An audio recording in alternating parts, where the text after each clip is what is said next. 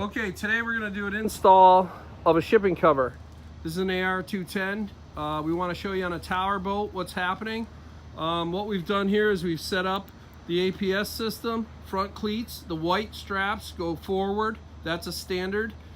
This particular one has a single pole and it's attached to the pylon. Brian's going to give it a cinch tight.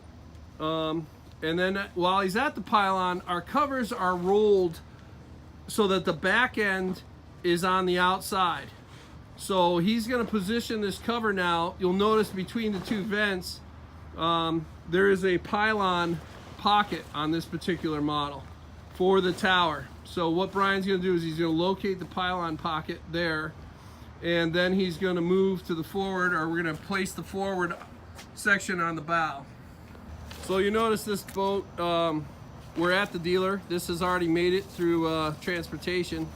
So what we're going to do now is we're going to locate the bow on the cover and connect the Velcro patch.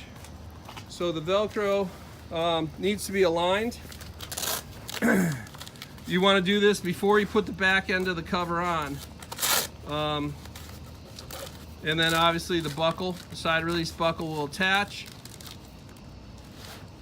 And then what you'll want to do is put the nose of the cover, try and get the nose seam aligned with the front of the cover so that when you pull the cover rearward, you'll have the material provided. Now, it's one important thing to note that when you're coming over the tower, there's sometimes a dart behind the tower. This particular boat does not have one, but if there was a dart behind the tower, we'd want to nest the cover into that pocket so that there's enough room to get these back corners on. And as a rule, we like to pull the starboard side corner first, just because there's extra cuts and slits in the cover. And as we pull that hem over, we want to prevent those slits from having a lot of pressure on them, potentially causing a tear in the fabric. So Brian's going to pull over the port corner next. He wants the cover to settle deep and down in.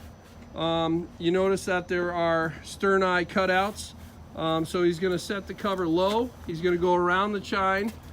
And what he's going to do next is he's going to set the ratchets. So we'll talk about that in a second.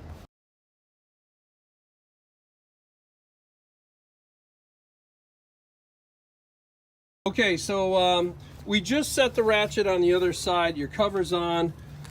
This is the spool of the ratchet. Right now, Brian can pull webbing through, but in order for it to hold the webbing, you want the spool to rotate 3/4 of the way around, so this white webbing is on this side. Okay, and that'll lock the webbing in place. But here's another trick. If you pull the webbing, as you're pulling the webbing, now crank it to 3/4, as you notice that spool turning around, it's now very tight and very empty, which means we can put a lot of pressure on this ratchet when we ratchet it tight. Now is when you want to try and even the cover out. Make sure that the cover is pulled along the chines so that it's down low. Okay, and what Brian's going to do now is double clicks and get the ratchet tight. So double clicks until it's tight. With 2 fingers, you're going to put about 41 pounds of pressure on that handle. That's going to put 200 pounds of pressure on the perimeter strap. And in order to judge that, we have a torque wrench that's set to 12 foot-pounds.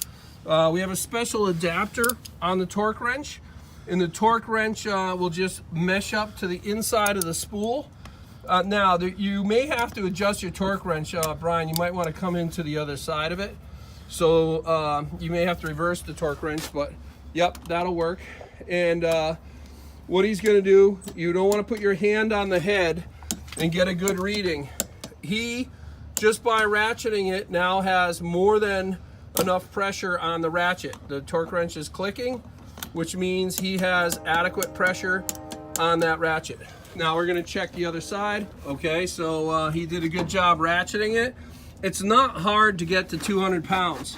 You'll notice with my 2 fingers, I'm putting 2 fingers behind this. It's pretty darn tight. Okay, you should be able to feel pressure.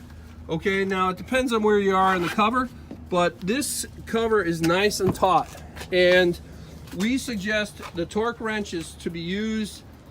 We prefer it after the boat is on the trailer. We have to be cautious about how this cover is stretched and lifted when it's put on the trailer. So it's better if the trailer has it's already installed and mounted to the trailer when the final ratchets are tensioned. Right now Brian is wrapping up the webbing and zipping up the pockets. We have a lot of pressure, and that's the way this cover is designed to perform. After the cover is on, we are attaching the trailer straps. There's predetermined cutouts.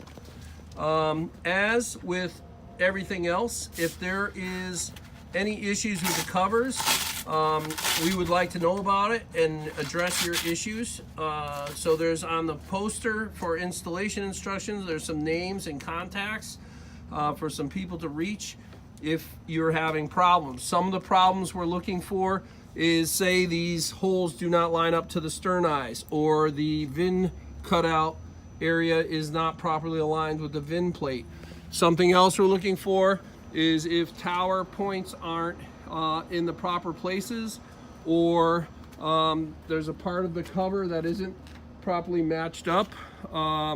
We certainly want to address where there's issues when the hem is not fully down underneath the chine of the boat. Any questions we could address. There's reinforcement points, tower pockets, and things like that.